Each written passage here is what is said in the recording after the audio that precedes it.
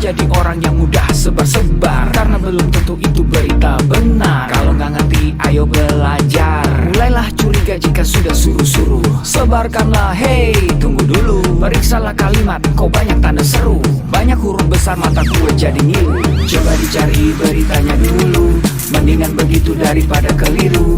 Apa untungnya sebar kabar palsu, daripada nanti kamu yang malu. Cek dulu, daripada nanti kamu yang malu. Cek dulu, siapa tahu hoax. Yup. Hello,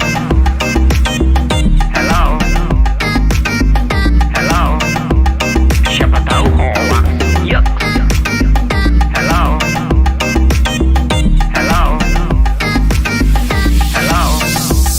siapa tahu hoax. Hoax itu konten yang negatif, tujuannya itu ya provokatif. Paling cocok buat orang yang sensitif. Kalau ke gue ya gak efektif, tapi semua suka yang positif. Misalnya video yang inspiratif, meme yang lucu, itu juga sip. Positif, kreatif, dan produktif. Coba dicari beritanya dulu, mendingan begitu daripada keliru. Apa untungnya sebar kabar palsu, daripada nanti kamu yang malu. Cek dulu, daripada nanti kamu yang malu. Cek dulu, siapa tahu hoax. Yup. Hello,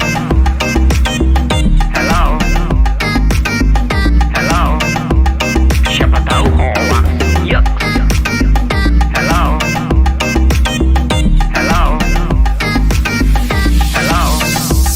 siapa tahu hoax.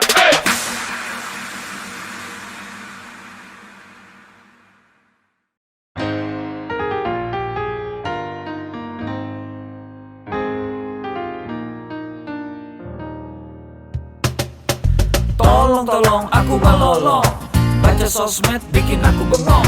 Banyak berita isinya bohong, bikin orang jadi saling menggonggong. Seperti ada niat sebar kebencian, tanpa peduli akan ada kerugian. Seperti dapat munculnya permusuhan, karena tertipu jadi curigaan. Gue pernah baca hoax di sosmed, yang jadi merugikan tukang trompet. Katanya trompet bisa bikin kanker, trompet sih cuma bisa bikin bibir doer. Sylvester Stallone dibilang mati, Brad Pitt juga dibilang mati, Mr. Bean, Jackie Chan juga dibilang mati. Seneng banget doain orang mati. Harusnya ada etikanya bermain sosial media. Tak bisa asal mengirim tanpa dipikirin, bisa fatal akibatnya. Bersihkanlah udara kita dari kebencian. Sebarkan saja cintamu untuk Indonesia. Wahai kepada pengguna sosmed, mari bersatu sampai lengket. Jagalah persatuan, jangan lobet. Hati-hati banyak tukang copet. Hey, jangan sampai salah posting, bisa bikin orang jadi pusing. Cek dulu itu penting, jangan jadi cepat terpancing. Gue pernah takut salah minum, karena bahaya buat tulang sumsum. Hampir semua merek disebutkan, gara-gara itu gue kehausan. Gue tertipu isu PKI, katanya jutaan sudah dipersenjatai. Akibatnya gue keluar biaya, bikin persembunyian bawah tanah. Harusnya ada etikanya bermain sosial media. Tak bisa asal mengirim tanpa dipikirin, bisa fatal akibatnya. Bersihkanlah udara kita dari kebencian. Sebarkan saja cintamu untuk Indonesia. Bersihkanlah udara kita dari kebencian. Sebarkan saja cintamu untuk Indonesia.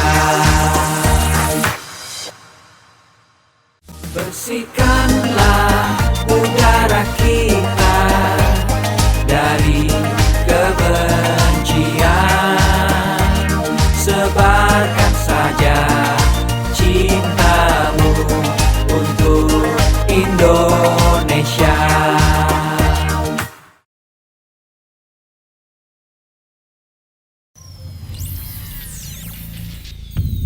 Selamat datang di Indonesia Makin Cakap Digital, langsung dari 34 provinsi, 514 kabupaten kota, diikuti lebih dari 500.000 talenta digital. Inilah Indonesia Makin Cakap Digital.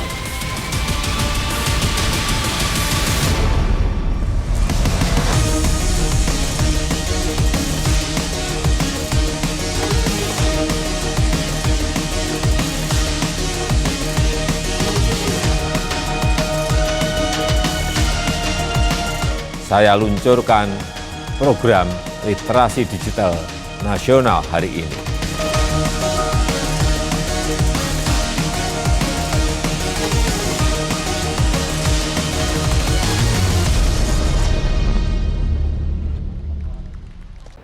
Assalamualaikum warahmatullahi wabarakatuh. Selamat siang rekan-rekan yang ada di kota Balikpapan. Selamat siang juga untuk Anda dimanapun Anda berada. Senang sekali saya Reza Rahman dapat menjumpai Anda selaku moderator dalam acara yang begitu luar biasa. Acara yang menjadi wadah untuk kita belajar bersama-sama untuk bisa menyelami segala hal, manfaat dan juga untuk meminimalisir resiko yang ada dalam perkembangan teknologi digital agar kita makin cakap digital. Selamat datang dalam acara webinar Indonesia Makin Cakap Digital Persembahan Siberkreasi.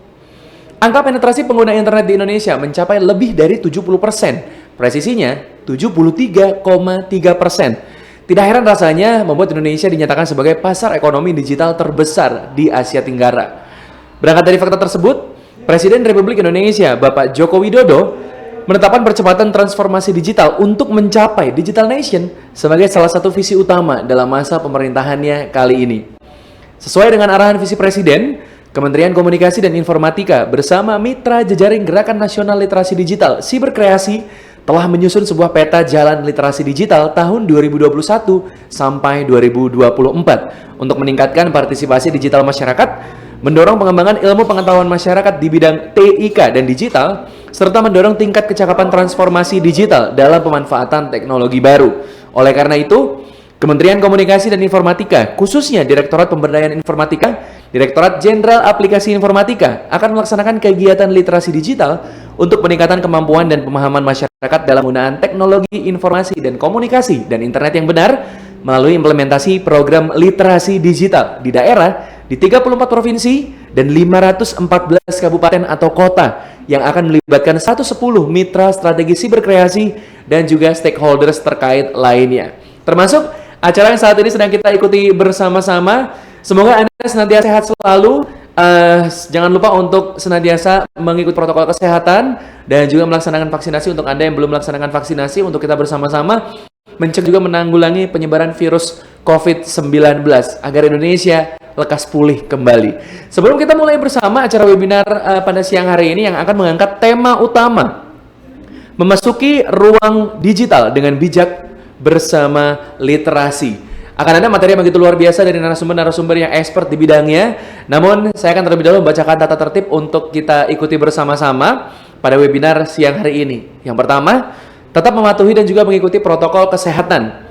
Menonaktifkan mikrofon atau menggunakan mode mute pada mikrofon, namun tetap menyalakan atau mengaktifkan kamera video. Karena di akhir sesi nanti saya akan mengajak Anda untuk berfoto bersama dengan rekan-rekan narasumber. Selanjutnya, tidak diperkenankan untuk mencoret-coret layar. Tidak diperkenankan untuk menyela pada saat narasumber berbicara, hanya boleh bertanya pada saat sesi tanya jawab, di mana sesi tanya jawab akan dibuka setelah seluruh narasumber menyampaikan materinya. Namun, Anda sudah bisa mulai menuliskan pertanyaan-pertanyaan Anda selama acara berlangsung. Barangkali setelah narasumber selesai menyampaikan materi, Anda takut untuk terlupa dalam menuliskan pertanyaan, Anda bisa langsung tulis pertanyaan di chat room sesuai dengan format yang sudah dikirimkan oleh panitia melalui chat room. Selanjutnya, dihimbau untuk Anda bisa mengerjakan pre-test dan juga post-test sekaligus mengisi daftar hadir melalui link yang dikirimkan oleh panitia di akhir sesi nanti untuk Anda bisa mendapatkan e-certificate. Jadi pastikan untuk Anda yang ingin mendapatkan e-certificate-nya, Anda tetap stay sampai dengan acara selesai nanti. Dan yang terakhir, saya himbau untuk Anda bisa mengunduh atau mendownload aplikasi Siberkreasi melalui Play Store dan juga App Store untuk Anda bisa mendapatkan berbagai layanan literasi digital secara gratis. Tidak ketinggalan, saya memiliki hadiah total 1 juta rupiah untuk 10 partisipan yang beruntung.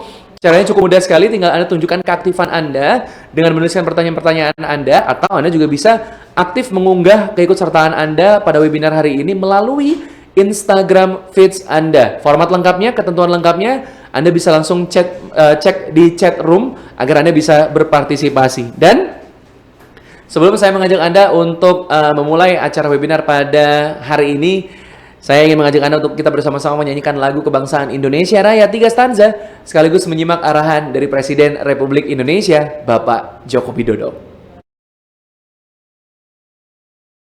Indonesia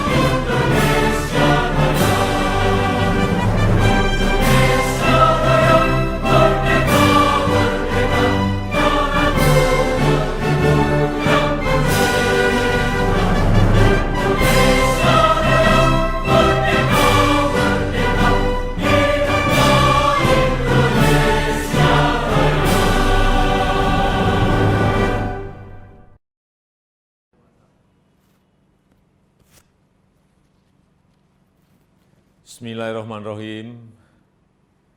Assalamualaikum warahmatullahi wabarakatuh. Salam sejahtera bagi kita semuanya. Shalom, Om Swastiastu, Namo Buddhaya, salam kebajikan. Yang saya hormati para Menteri Kabinet Indonesia Maju, para Gubernur, Bupati, dan Wali Kota di seluruh tanah air Indonesia, hadirin dan undangan yang berbahagia. Pandemi membuka kesempatan luas bagi kita untuk melakukan transformasi digital secara besar-besaran. Pembangunan infrastruktur digital terus kita percepat.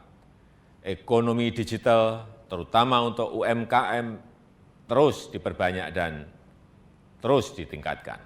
Pemerintahan digital juga terus diperkuat dan masyarakat disiapkan agar lebih cakap digital. Insya Allah pada akhir tahun 2022, 12.548 desa kelurahan akan terjangkau sinyal 4G. Percepatan 10 tahun lebih maju dari rencana sebelumnya yang selesai pada tahun 2032. Infrastruktur digital tidak berdiri sendiri. Jadi saat jaringan internetnya telah tersedia, harus diikuti kesiapan pengguna internetnya agar manfaat positif internet dapat dioptimalkan untuk membuat masyarakat semakin cerdas dan produktif. Sebaliknya, efek negatifnya harus dapat terus ditekan, terus diminimalkan. Bapak Ibu yang saya hormati, tantangan di ruang digital semakin besar, sangat besar. Konten-konten negatif terus bermunculan. Kejahatan di ruang digital terus meningkat. Hoax, penipuan daring, perjudian, eksploitasi seksual pada anak, perundungan siber, ujaran kebencian, radikalisme berbasis digital perlu terus diwaspadai karena mengancam persatuan dan kesatuan bangsa. Kewajiban kita bersama untuk terus meminimalkan konten negatif, membanjiri ruang digital dengan konten-konten positif, banjiri terus, isi terus dengan konten-konten positif. Kita harus tingkatkan kecakapan digital masyarakat agar mampu menciptakan lebih banyak konten-konten kreatif yang mendidik, yang menyejukkan, yang menyerukan perdamaian. Internet harus mampu meningkatkan produktivitas masyarakat, membuat UMKM naik kelas, perbanyak UMKM onboarding ke platform e-commerce, sehingga internet bisa memberi nilai tambah ekonomi bagi seluruh lapisan masyarakat. Hadirin sekalian, literasi digital adalah kerja besar. Pemerintah tidak bisa bekerja sendirian. Perlu mendapatkan dukungan seluruh komponen bangsa agar semakin banyak masyarakat yang melek digital. Saya memberikan apresiasi kepada 110 lembaga dan berbagai komunitas yang terlibat dalam program literasi digital nasional ini. Saya harap gerakan ini menggelinding dan terus membesar, bisa mendorong berbagai inisiatif di tempat lain, melakukan kerja-kerja konkret di tengah masyarakat, agar makin cakap memanfaatkan internet untuk kegiatan edukatif dan produktif. Saya rasa itu yang bisa saya sampaikan, dan dengan mengucap Bismillahirrahmanirrahim, saya luncurkan program literasi digital nasional hari ini. Terima kasih. Wassalamualaikum warahmatullahi wabarakatuh. Om Santi Santi Santi Om. Namo Buddhaya.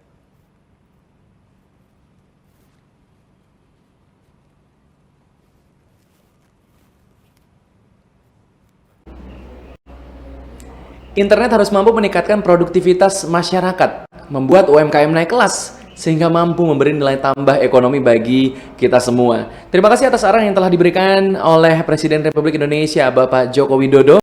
Selanjutnya, saya ingin mengajak Anda untuk menyimak sambutan dari yang pertama dari Direktur Jenderal Aplikasi Informatika, Bapak Samuel Abriani Pangerapan BSc, yang akan dilanjutkan dengan sambutan dari Wali Kota Balikpapan, Bapak Haji Rahmat Masud, SEMA. Silakan. Pastikan kita selalu menerapkan protokol kesehatan dengan menggunakan masker, menjaga jarak, dan selalu cuci tangan. Assalamualaikum warahmatullahi wabarakatuh. Salam sejahtera bagi kita semua. Om Swastiastu, Namo Buddhaya, salam kebajikan. Rekan-rekan yang saya hormati, puji syukur kita panjatkan kehadirat Tuhan Yang Maha Esa. Atas berkat dan rahmatnya, kita dapat berkumpul secara virtual dalam keadaan sehat di tengah situasi pandemi COVID-19. Semoga kita semua senantiasa dilimpahi dengan kesehatan dan damai sejahtera dalam upaya kita melawan pandemi COVID-19. Menjadi kebanggaan tersendiri bagi saya untuk membuka acara ini, di mana acara ini merupakan sebuah kegiatan yang diadakan oleh Kementerian Kominfo bekerja sama dengan Cyber Kreasi di bawah kerangka program literasi digital. Sebagaimana yang telah kita ketahui bersama, kehadiran pandemi dan pesatnya perkembangan teknologi telah mengubah cara kita beraktivitas dan bekerja.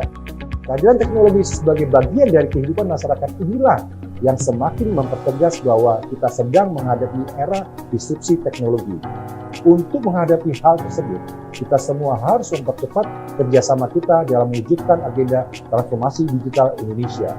Rekan sekalian yang berbahagia, salah satu pilar penting dalam mendukung terwujudnya agenda transformasi digital adalah menciptakan masyarakat digital di mana kemampuan literasi digital masyarakat memegang peranan penting di dalamnya. Sebagai tingkat paling dasar, kemampuan literasi digital merupakan kemampuan yang paling krusial dalam menghadapi perkembangan teknologi saat ini untuk mewujudkan masyarakat Indonesia yang tidak hanya mengenal teknologi, namun juga cermat dalam menggunakannya. Pada tahun 2020, Kementerian Kominfo bersama Kata Data melakukan survei status literasi digital nasional, mengacu pada kerangka literasi digital milik UNESCO. Kajian tersebut menunjukkan bahwa indeks literasi digital Indonesia ada pada angka 3,47 dari skala 1 sampai 4. Di mana hal itu menunjukkan bahwa indeks literasi digital kita hanya ada pada sedikit di atas tingkat sedang, namun belum mencapai tingkat baik. Untuk mencapai tingkat literasi yang baik, pemerintah tidak dapat bekerja sendiri. Kementerian Kominfo bersama Cyber Kreasi dan berbagai stakeholder terus berupaya mengadakan berbagai kegiatan untuk meningkatkan kemampuan literasi digital masyarakat Indonesia, dan salah satunya adalah yang sedang rekan-rekan sekalian ikuti sekarang. Rekan-rekan yang saya hormati, dalam menghadapi perkembangan teknologi yang sangat cepat, literasi digital merupakan kunci dan fondasi utama harus kita semua miliki. Pemerintah dalam hal ini, Kementerian Kominfo, bersama dengan Cyber Kreasi berkomitmen akan terus melakukan upaya meningkatkan literasi digital masyarakat lewat berbagai macam inisiatif kegiatan. Adanya berbagai inisiatif kegiatan literasi digital diharapkan dapat memfasilitasi dan semakin mendorong terwujudnya masyarakat digital Indonesia. Keadaan normal yang baru, baik sekarang maupun pasca pandemi, akan mempercepat proses digitalisasi di berbagai lini kehidupan kita. Maka dari itu, kita harus mempersiapkan SDM kita dengan keterampilan digital yang sesuai untuk menghadapi perubahan ini. Akhir kata, mari kita membawa perubahan positif untuk Indonesia yang lebih baik. Kita ciptakan inovasi-inovasi berkualitas dengan mengembangkan talenta dan memaksimalkan potensi masyarakat digital Indonesia. Bersama kita dapat melalui pandemi dengan menjadi lebih baik dari masa sebelumnya. Demikian sambutan yang dapat saya sampaikan. Selamat mengikuti kegiatan, tetap semangat, dan salam literasi digital. Wassalamualaikum warahmatullahi wabarakatuh. Om Santi Santi Santi Om.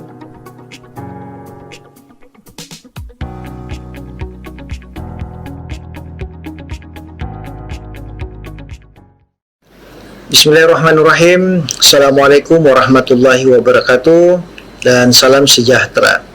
Sesuai dengan arahan visi Presiden Republik Indonesia Bapak Joko Widodo, Kementerian Komunikasi dan Informatika bersama mitra jejaring Gerakan Nasional Literasi Digital Siberkreasi telah menyusun sebuah peta jalan literasi digital tahun 2021-2024. Hal ini dilakukan untuk meningkatkan partisipasi digital masyarakat, mendorong pengembangan ilmu pengetahuan masyarakat di bidang TIK dan digital, serta mendorong tingkat kecakapan transformasi digital dalam pemanfaatan teknologi baru. Di dalam peta jalan ini dirumuskan juga 4 kerangka dalam menyusun kurikulum literasi digital, yaitu keterampilan digital, etika digital, keamanan digital, dan budaya digital. Untuk mencapai target masyarakat yang cakap di digital, diadakan acara secara serentak selama 7 bulan yang telah dimulai sejak tanggal 20 Mei 2021. Pembukaan dilakukan oleh Bapak Presiden Republik Indonesia serta Menteri Komunikasi dan Informatika demi tercapainya atas pengetahuan dan kecakapan untuk menggunakan media digital, alat-alat komunikasi atau jaringan. Tujuannya adalah menemukan, mengevaluasi, menggunakan, membuat informasi, dan memanfaatkannya secara sehat, bijak, cerdas, cermat, tepat, dan patuh hukum dalam rangka membina komunikasi dan interaksi dalam kehidupan sehari-hari, sehingga dapat menanggulangi penggunaan teknologi digital oleh seluruh lapisan masyarakat secara tidak baik. Dengan mengucapkan Bismillahirrahmanirrahim, acara secara resmi saya buka digital di Kota Balikpapan. Semoga acara ini berlangsung dengan baik dan tentunya bermanfaat untuk kita semua, dan tentunya di dalam pembangunan kota yang kita cintai. Semoga Allah Subhanahu wa taala, Tuhan yang Maha Kuasa, senantiasa memberikan petunjuk dan tentunya rahmatnya kepada kita semua. Terima kasih. Wallahul muwaffiq ila aqwamit thariq. Assalamualaikum warahmatullahi wabarakatuh. Waalaikumsalam warahmatullahi wabarakatuh. Terima kasih atas sambutan yang telah diberikan oleh Direktur Jenderal Aplikasi Informatika Bapak Samuel Abriani Pangerapan BSI, dan juga Wali Kota Balikpapan Bapak Haji Rahmat Masud SEME. Dan sesaat lagi kita akan bersama-sama menyimak materi demi materi dari narasumber-narasumber yang begitu luar biasa. Namun saya ingin mengajak Anda untuk kita terlebih dahulu berdoa bersama untuk kelancaran acara webinar pada siang hari ini, secara khusus juga untuk Indonesia agar lekas segera pulih. Berdoa menurut kepercayaan dan juga keyakinan masing-masing. Berdoa dipersilahkan.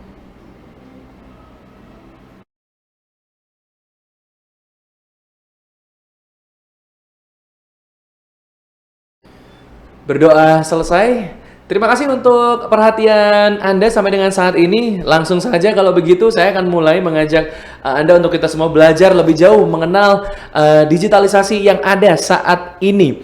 Yang pertama, untuk narasumber yang pertama yang akan mengangkat subtema bijak di kolom komen. Wow, ini menarik sekali karena saya yakin bukan hanya saja Anda pun, kita semua pun pasti tidak luput untuk bisa meninggalkan jejak-jejak komentar atas unggahan public figure, atau mungkin unggahan suatu konten, atau mungkin unggahan rekan-rekan kita sendiri. Namun secara tidak sadar mungkin kita masih belum mengenal seberapa jauh batasan-batasan yang harus kita ketahui dalam berkomentar. Untuk itu bersama dengan narasumber yang juga merupakan CEO dari Sirtanio Organik dan juga CEO dari PT Satu Atap Indonesia, kita akan belajar bersama-sama mengenai bijak di kolom komen. Ada Mas Ahmed Tesario Eka Nuramanta, STMMT. Selamat siang Mas Tesar.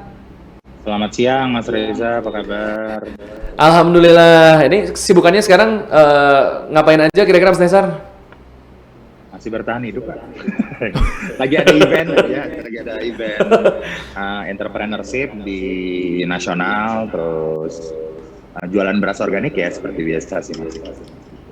Ya, Tirtanio, silakan, mungkin ada yang mau ngecek-ngecek, silakan boleh langsung cek saja ya. Mas Tesar, ini saya juga yakin Mas Tesar juga sempat atau mungkin pernah atau mungkin sampai dengan sekarang selalu meninggalkan komentar-komentar, nah itu mungkin di konten sebuah konten, atau mungkin meninggalkan komentar di konten-konten atau akun-akun dari teman-teman Mas Tesar. Tapi bagaimana sih batasan-batasan di mana kita harus memahami bahwa oke, komen-komen kita ini sepertinya kelewatan, atau sepertinya kita nggak perlu untuk mengunggah komen yang seperti ini. Bagaimana cara kita untuk untuk bijak di kolom komentar? Silakan mungkin Mas Desar, langsung saya berikan waktunya 20 menit.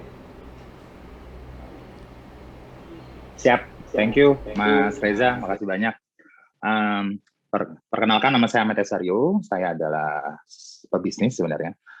Saya punya 2 perusahaan saat ini. Yang pertama adalah Sirtanio Organik Indonesia, yang kedua adalah PT Satu Atap, yang mana kalau yang Sirtanio kita memproduksi beras organik dan kita distribusikan ke nasional. Bisa di follow di @sirtanio, dan kalau misalnya di Satu Atap kita kerja sama komunitas dan juga entrepreneurship untuk mengeskalasi bisnisnya mereka dan kegiatan-kegiatan yang ada di komunitas.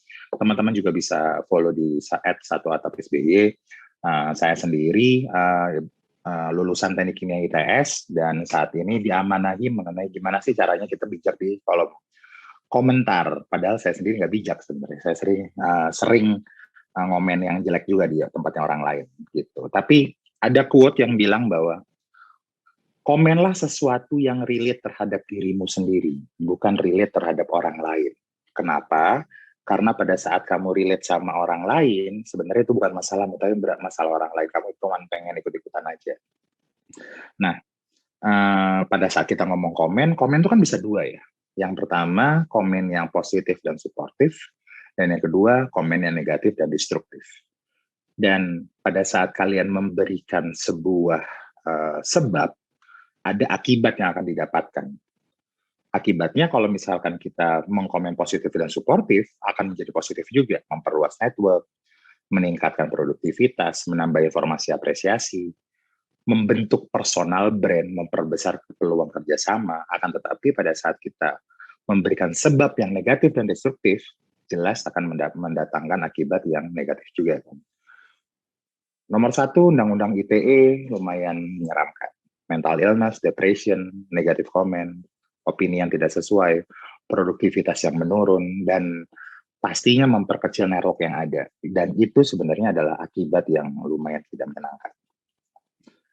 The worst case-nya apa? The worst case dari apa yang kita obrolkan adalah membuat orang lain mempunyai mental illness dan destruktif, sehingga akan menyebabkan mereka kehilangan nyawa. Ini contohnya ada Chester Bennington yang karena lagu terakhirnya dihujat oleh para fans, akhirnya dia memutuskan untuk gantung diri. Dan di sini ada Suli, artis Korea yang dibully oleh para fansnya dan akhirnya bunuh diri. Nah, akan tetapi yang menjadi lucu pada saat kita melihat data mengenai orang terlapor karena UU ITE, 29,4% mereka adalah orang awam, bukan aktivis, bukan politikus, bukan public figure, tapi mereka adalah orang-orang yang memang tidak mengerti mengenai UU ITE itu seperti apa. Kenapa? Karena ya nggak ngerti aja, salah-salahan aja. Karena yang mereka komenin relate terhadap orang sekitarnya, kadang nggak relate sama dia gitu. Dan menurut saya buat teman-teman yang abis ini pengen komen akan sesuatu, saya mengingatkan beberapa hal. Yang pertama, jangan sampai itu menyinggung organisasi, golongan, ataupun individual dengan menyebutkan nama. Yang ketiga, hindari hujatan kebencian. Dan pastinya hindari untuk teman-teman menyebarluaskan kabar yang belum tentu benar. Nah, masalahnya kadang kita juga sering kena. Contoh nih, ada Florensi Hombing yang dia kena kasus karena ngomenin mengenai SPBU yang ada di di Jogja. Dan ngomong di media sosialnya Jogja, akhirnya ketangkep.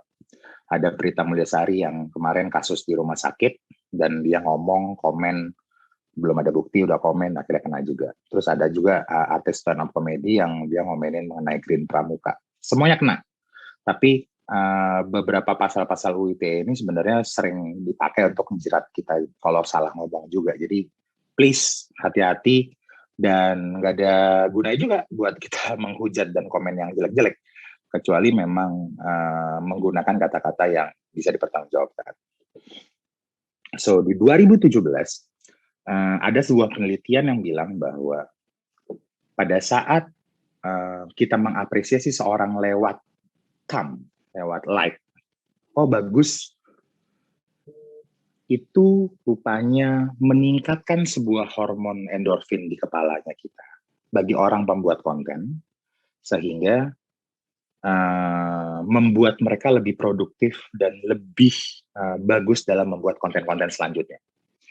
Di 2017 itu kenapa akhirnya si Facebook mengeluarkan di 2007. Di 2007 akhirnya Facebook mengeluarkan like button. Fungsinya buat apa? Karena mereka yakin kalau misalkan ada button untuk nge-like dan mengapresiasi, ini sebenarnya adalah hal untuk mengekspresi empati. Dan dengan empati tersebut, itu bisa meningkatkan hormon endorfin di kepalanya orang-orang yang membuat konten, sehingga nantinya akan membuat mereka menjadi lebih produktif. So, apa salahnya kita menghargai dan mengapresiasi konten-konten orang lain daripada kita ngomong negatif gitu. Ada 6 cara yang saya rekomendasikan. Yang pertama, kebanyakan orang yang menulis konten-konten negatif itu alasannya karena biasanya mereka tidak membaca dengan proper, membaca konten tersebut dengan benar, sehingga dia komennya juga salah gitu. Keep smile, dan triknya adalah pada saat kita tidak perlu komen yang jelek, kita share aja experience-nya kita. Be curious dan mempertanyakan sesuatu hal dengan cara yang benar. Kadang komen dengan bertanya walaupun sarkas itu lebih aman daripada kamu menghina orang. Terus biasanya tuh kalau di kolom komen tuh kita tuh sering mengulang-ulang sesuatu sehingga itu tidak menjadi top of mind-nya orang. Akhirnya pada saat ada orang yang kena karena komen tersebut, kita kena juga. So why kita harus niru mereka kan? Ya kalau misalkan pengen komen ya komen duluan aja yang pertama gitu. So, pada saat kita mengkomeni tersebut, kita juga harus tahu bahwa kita bisa dikomenin orang dong, sebab akibat. Yang mana saya sendiri sering buat konten di @Ahmed_Cesario, teman-teman di Sopolo, dan ada konten yang negatif, ada yang konten yang positif.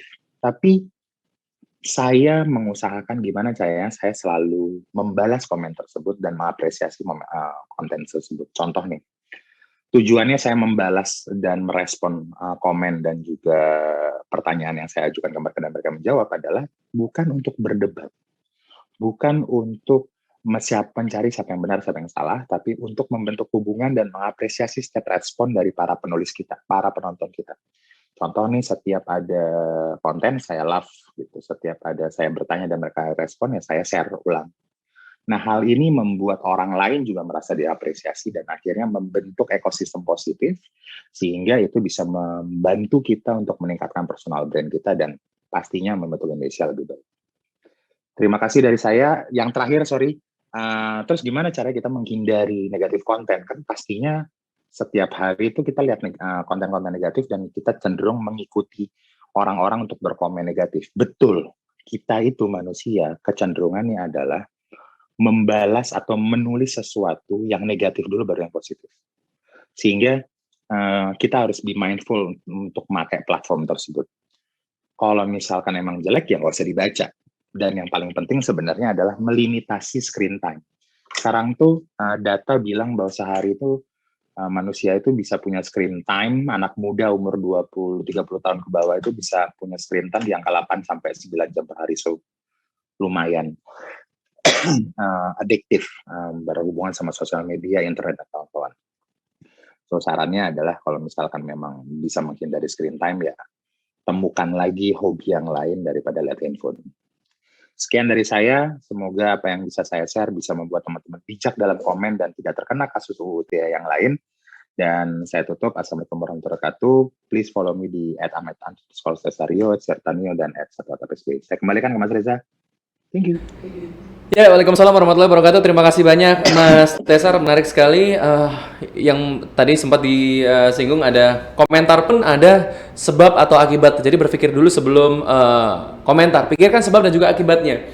Komenlah yang relate dengan diri sendiri dan mungkin sedikit tambahan juga jangan sampai jangan komen kalau sedang emosi atau jangan mudah terpancing dan juga terprovokasi. Mungkin kalau misalnya kita ingin berkomentar akan sebuah isu yang memancing kita untuk komen hate speech atau kita ingin membenarkan sesuatu dari konten tersebut, ada baiknya daripada komen dan memancing keributan, mending langsung dijapri saja atau di DM mungkin atau personal chat agar tidak memancing keributan. Silakan tulis pertanyaan Anda melalui chatroom yang sudah sesuai dengan format yang dikirimkan oleh panitia di chatroom juga. Silakan tulis pertanyaan Anda untuk Mas Tesar berkaitan dengan bijak di kolom komentar. Dan sambil menunggu pertanyaan Anda, saya juga ingin mengajak Anda untuk kembali belajar kali ini berkaitan dengan shift paradigm milenial menuju era digitalisasi. Apakah itu shift paradigm? Langsung saja kita berkenalan dengan narasumber yang juga merupakan seorang akademisi yang akan berbagi atau sharing mengenai shift paradigm milenial menuju era digitalisasi. Ada Ibu Alvia Malvirona, STMT. Selamat siang Ibu Alvia. Halo, selamat siang Mas Reza. Apa kabar warga Balikpapan? Terima kasih. Alhamdulillah baik. Bagaimana Ibu Alvia kabar sampai dengan saat ini? Ya, alhamdulillah baik. Ini kebetulan saya sedang berada di Solo. Jadi kondisinya memang masih cukup was-was. Semoga tetap selalu hati-hati dan mengikuti protokol kesehatan ya Ibu. Ya, siap. Baik, silakan mungkin Ibu Alvia bisa langsung saya persilahkan 20 menit untuk bisa sharing ke kita semua terkait dengan shift paradigm milenial menuju era digitalisasi. Apa sih shift paradigm milenial? Boleh silakan Ibu Alvia. Baik, terima kasih atas kesempatan yang diberikan dari Pemprov Kalimantan Timur dan juga rekan-rekan dari Cyber Kreasi di sini. Oke, tadi yang ditanyakan ya dari Mas Reza, apa itu shift paradigm milenial menuju era digitalisasi? Hal yang akan saya sampaikan di sini. Jadi kalau diartikan secara translasi bahasa Indonesia, shift paradigm ini atau shift paradigm ini bisa diartikan sebagai pergeseran paradigma khususnya bagi milenial. Nah, ini yang akan saya bahas di sini. Lebih banyak ke milenial, apa yang harus dipersiapkan, kemudian tantangannya apa saja untuk menghadapi era digitalisasi.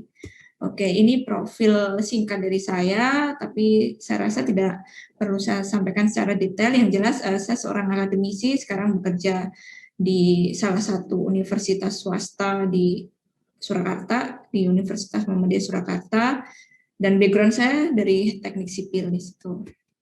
Oke, langsung saja kita bicara dulu milenial itu siapa sih sebenarnya? Siapa yang bisa masuk dalam kategori milenial? Kita sering bicara tentang milenial, tapi sudah sejauh mana pemahaman kita tentang generasi ini? Atau orang juga biasa menyebut dengan Y generation masuk dalam kategori ini? Karena saya basicnya dari akademisi ya, saya ambilkan dari beberapa teori yang sudah disepakati oleh beberapa peneliti terkait generasi ini, klasifikasi generasi, dan merujuk pada satu kesimpulan bahwa generasi milenial ini adalah mereka yang terlahir antara tahun 1980 sampai dengan tahun 2000. Secara garis besar kesimpulannya seperti itu. Jadi mungkin di sini yang hadir di kegiatan seminar atau webinar yang diselenggarakan oleh Cyber Kreasi ini masuk dalam kategori milenial di situ. Oke.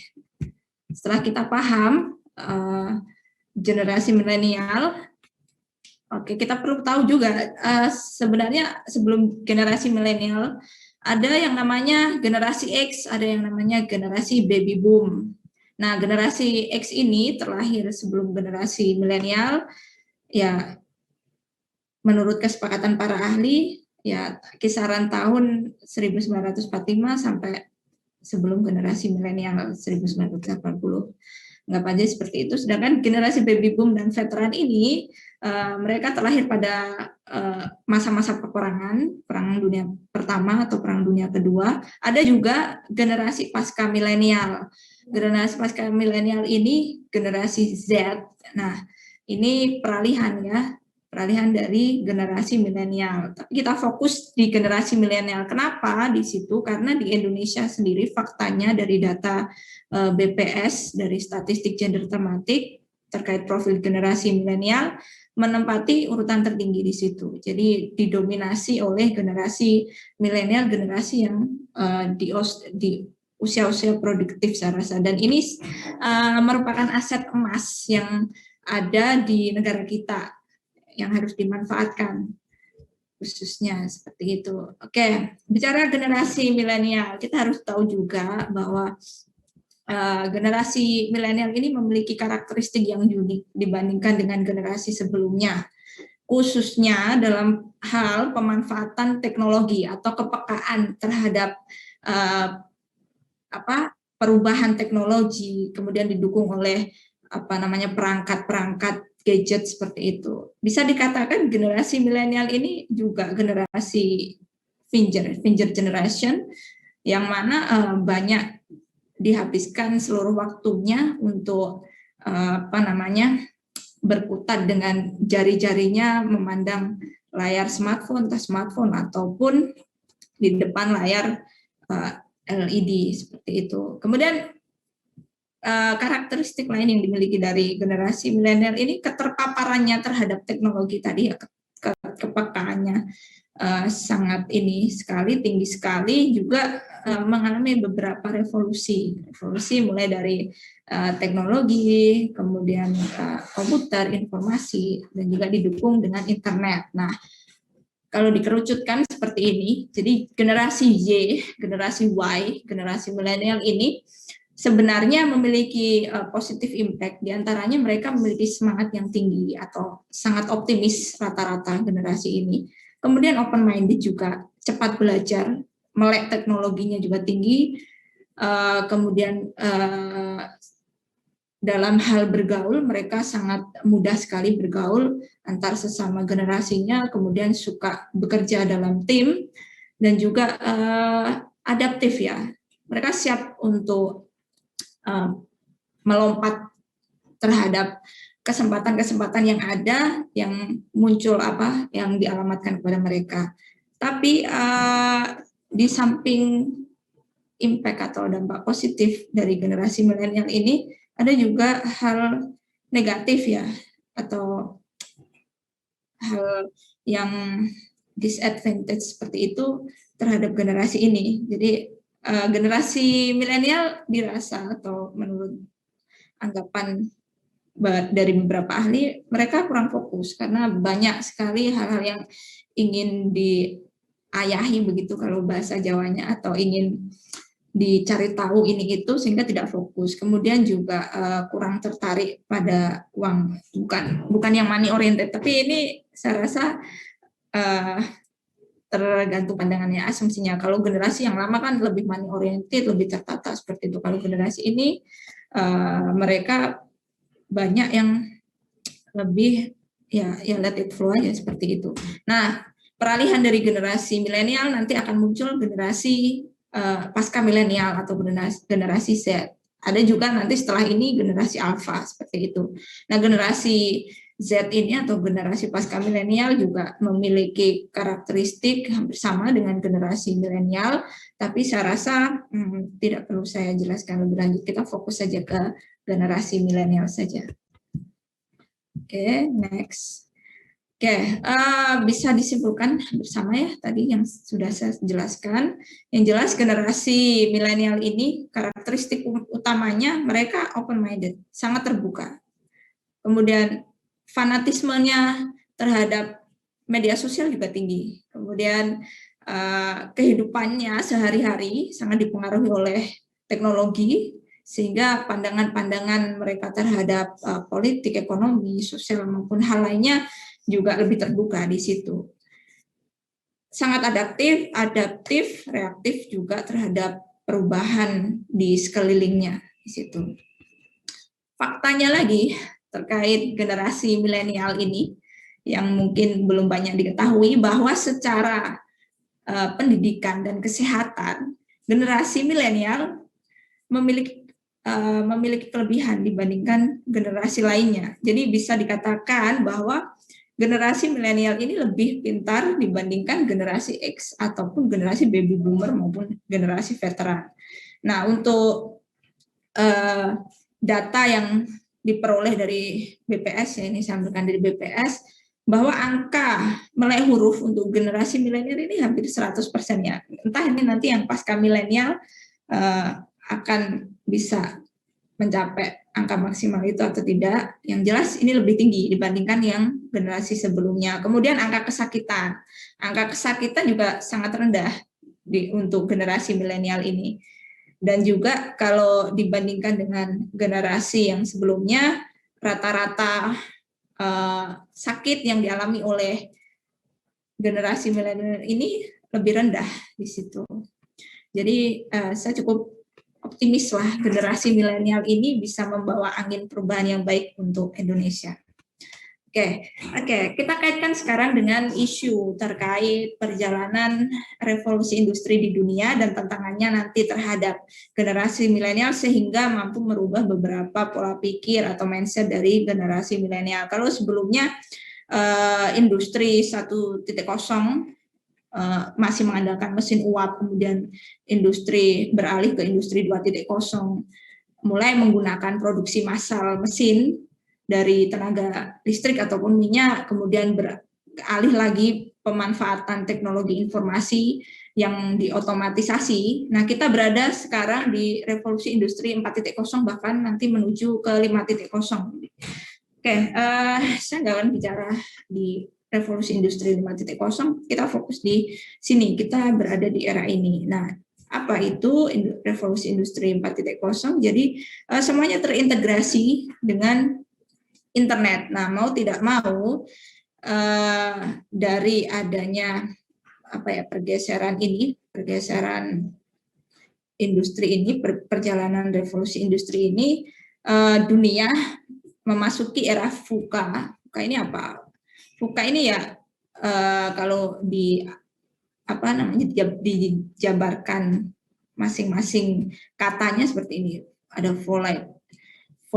volatilitas, kemudian uncertainty, kemudian complexity, ambiguity. Intinya adalah kita sedang memasuki era yang penuh dengan ketidakpastian. Nah, di era ini maka menuntut sebuah persaingan kerja yang sangat cepat, mengubah pola paradigma lama menjadi paradigma baru. Nah, cakupan paradigma ini luas, perubahan mindset ini luas, mulai dari dunia industri atau perbankan, transportasi, sosial masyarakat, sampai dengan ke pendidikan. Nanti akan saya singgung sedikit juga terkait online learning.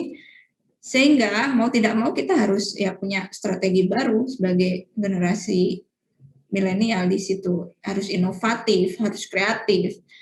Jadi kita tidak tertinggal terhadap era baru ini, era digitalisasi. Nah, tadi disruption era menimbulkan paradigma baru, khususnya pada para milenial, terutama pola pikir mereka dan juga sistem pembelajaran, karena saya berada dalam ranah akademik. Yang perlu diketahui bahwa sekarang pergeseran paradigma pola pikir para milenial ini terkait pekerjaan. Nah, satu case aja yang ingin saya tonjolkan di sini. Bahwa milenial sekarang cenderung menginginkan pekerjaan yang menuntut kreativitas tinggi. Nah, contohnya adalah sebagai YouTubers, selebgram, blogger, content writer, online shop, web developer, dan lain sebagainya yang terkait dengan pemanfaatan teknologi di situ. Jadi memang di dunia yang serba cepat, serba tidak pasti juga, tuntutannya orang diminta lebih kreatif dalam hidupnya. Nah, ini yang menjadi shift paradigm yang saya tonjolkan di judul paparan saya di situ. Jadi sebagai milenial tentunya dituntut untuk memanfaatkan ini dengan sebaik-baiknya, terutama ketika bermedsos. Tadi kan generasi milenial kan fanatik dengan medsos yang ada, yang disediakan oleh beberapa platform di situ. Oke, jadi partisipasi milenial di dalam dunia kerja sekarang kita bahas di situ. Karena banyaknya milenial yang yang terlahir di era-era ini, khususnya di Indonesia, terutama akan membawa transformasi dari sisi ekonomi, politik, sosial maupun budaya.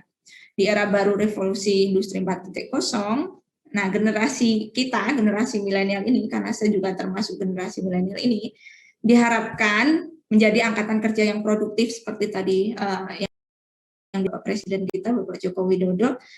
Nah, ketika kita produktif, kita bisa kompetitif dalam menghadapi perubahan-perubahan yang terjadi pada masa ini. Kemudian karena digitalisasi telah merambah pada seluruh aspek kehidupan dan membawa perubahan pola hidup di masyarakat, maka generasi milenial juga diharapkan mampu bersiap, mampu merespons setiap perubahan yang terjadi, menangkap peluang yang ada, mengoptimalkan momen-momen yang tercipta akibat perputaran arus informasi dan teknologi yang semakin cepat di situ.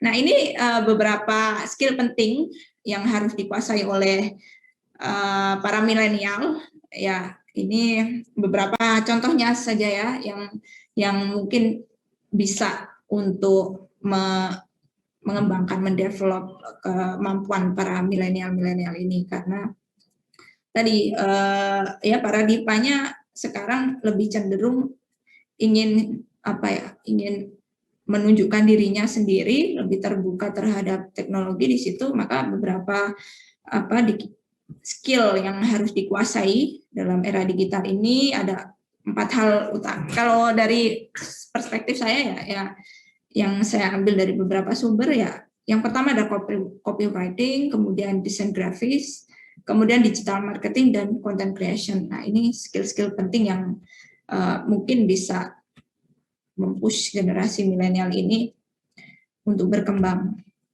Oke, selain digital skill tadi, juga perlu pemahaman baru bahwa kita juga nantinya butuh digital leaders. Yang jelas di sini dikaitkan dengan disruption era tadi, kemudian industri 4.0, transformasi digital, juga terkaitan dengan milenial itu sendiri tadi. Apa yang dibutuhkan? Oke, baik, mohon maaf Ibu Alfia menyela penyampaiannya, sekedar mengingatkan bahwa waktu yang tersisa tinggal 5 menit lagi, Ibu. Ya, silakan, terima kasih, Bu. Ya, jadi yang jelas ya harus adaptif, kemudian juga menguasai kepemimpinan di dalam era digital ini. Nah, selain tadi paradigma dari generasi milenial, saya ingin menyampaikan sedikit tentang paradigma di dalam pembelajaran. Jadi generasi milenial ini harus siap bahwa sekarang pembelajaran mulai digitalisasi melalui online learning, ya tidak harus bertatap muka secara langsung. Jadi ini membutuhkan sumber daya teknologi yang kuat juga yang harus dipersiapkan oleh para milenial, karena distance learning sekarang sudah memungkinkan ya, ditambah lagi dengan pandemi. Jadi harus disiapkan perangkat-perangkatnya di situ. Jadi online learning is still learning, kalian masih tetap belajar di situ. All principle applied to online learning, all the teaching principle applied to online learning. Jadi tidak usah menafikan online learning ini. Ya, kalian masih tetap belajar secara online di situ. Oke, jadi intinya di situ bahwa konsep dari online learning adalah bertumpu pada kemandirian. Jadi lebih diminta untuk mandiri dalam belajar, penggunaan elektronik berbasis komputer, pemanfaatan media elektronik atau multimedia, dan pemanfaatan software, hardware, dan jaringan internet. Oke, intinya seperti itu. Jadi ini akan saya tutup dengan sebuah quotes ya, atau ucapan dari Simonson. The key success is in online classroom is not which is technology I use, but how they are used and what information is communicated using technology. Jadi kunci sukses dalam suatu kelas online bukan pada teknologi apa yang digunakan, tapi bagaimana teknologi itu digunakan dan informasi apa yang dikomunikasikan menggunakan teknologi tersebut. Oke, saya rasa cukup, Kak Reza. Terima kasih atas kesempatan yang diberikan kepada saya untuk menyampaikan paparan. Kita sambung lagi nanti ya. Ya, baik, terima kasih banyak Ibu Alfia berkaitan dengan bagaimana kita harus menyikapi shift paradigm milenial di era digitalisasi saat ini, dan poin-poin yang cukup menarik sudah saya tangkap terkait dengan generasi milenial itu memang harus inovatif dan juga kreatif, karena pada dasarnya generasi milenial cenderung menyukai tantangan. Dan tadi quotes yang terakhir juga cukup menarik lagi, bahwa kunci sukses bukan terletak pada kegunaan dari teknologi tersebut, tapi terletak pada bagaimana cara kita menggunakan teknologi tersebut. Terima kasih banyak Ibu Alfia. Silakan untuk Anda yang ingin menuliskan pertanyaan Anda langsung saja di kolom chat sesuai dengan format yang sudah dikirimkan oleh panitia melalui room. Anda juga bisa turut berpartisipasi melalui unggahan-unggahan Anda di Instagram feeds Anda dengan cara melakukan screen capture pada tampilan keikutsertaan Anda pada hari ini. Selanjutnya Anda unggah atau upload melalui Instagram feeds Anda dan ikuti ketentuan-ketentuan lebih lengkapnya melalui chatroom. Karena siapa tahu Anda menjadi 1 dari 10 orang partisipan yang beruntung ya sebagai calon pemenang. Kenapa calon pemenang? Karena nanti dari nama-nama yang beruntung masih akan dilakukan pengecekan kembali atau masih akan direview kembali oleh panitia, karena kita ini memastikan bahwa pemenang-pemenang ini adalah mereka-mereka yang belum pernah mendapatkan hadiah sebelumnya. Jadi satu orang hanya akan bisa mendapatkan hadiah 1 kali, karena kita ingin memastikan bahwa bukan hanya ilmu saja yang ingin kita sebar secara merata, namun juga hadiah kita ingin sebar secara merata. Semua orang punya kesempatan yang sama besarnya. Lanjut lagi kalau begitu, kita langsung masuk ke materi yang ketiga yang saat ini akan dibawakan oleh narasumber yang juga merupakan seorang copywriter di tiket.com yang akan membahas mengenai 101 copywriting do's and don'ts, 101 copywriting do's and don'ts. Wah, ini menarik sekali untuk Anda yang mungkin ingin belajar bagaimana untuk Anda bisa mengasah skill copywriting Anda. Ada Mbak Dewi N. Sutra. Selamat siang Mbak Dewi. Halo, selamat siang. Selamat siang Mbak Dewi. Ini mungkin sebelum kita mulai, saya mempersilakan Mbak Dewi untuk menyampaikan presentasi. Ini terlihat dari judulnya cukup menarik sekali. 101 copywriting do's and don'ts. Apakah memang harus sebanyak itu yang harus dipelajari Mbak Dewi? Gimana ya? Tadi udah sempat disinggung sama Mbak Alfia juga tentang skill yang emang harus bisa dikuasai pada masa digital ini, yaitu termasuk copywriting juga kan. Dan aku mau share beberapa juga tentang copywriting karena udah beberapa juga jadi copywriter. Oke, baik. Silakan kalau begitu saya berikan kesempatan kepada Mbak Dewi 20 menit untuk bisa sharing kepada semua. Silakan Mbak Dewi. Ya, aku share sekarang ya. Ya. Halo teman-teman, selamat siang. Terima kasih udah mau join di webinar hari ini. Perkenalkan dulu, nama aku Dewi N. Sutrisno, biasa dipanggil Dewi, dan emang udah beberapa tahun jadi copywriter. Ini background aku sebelum di tiket.com, sempat magang jadi scriptwriter. Scriptwriter itu jadi nulis-nulis skrip, tapi sebenarnya ada di dalam ranah copywriter juga. Sempat magang di Net TV, terus juga beberapa kali magang di industri kreatif, agency atau periklanan, untuk ranah multinasional. Terus juga sempat jadi copywriter di agency yang memang udah ada di seluruh dunia juga. Terus sekarang di tiket.com sebagai copywriter juga. Sebenarnya mau share beberapa pengalaman aku sebagai copywriter. Jadi itu adalah nama pekerjaan aku.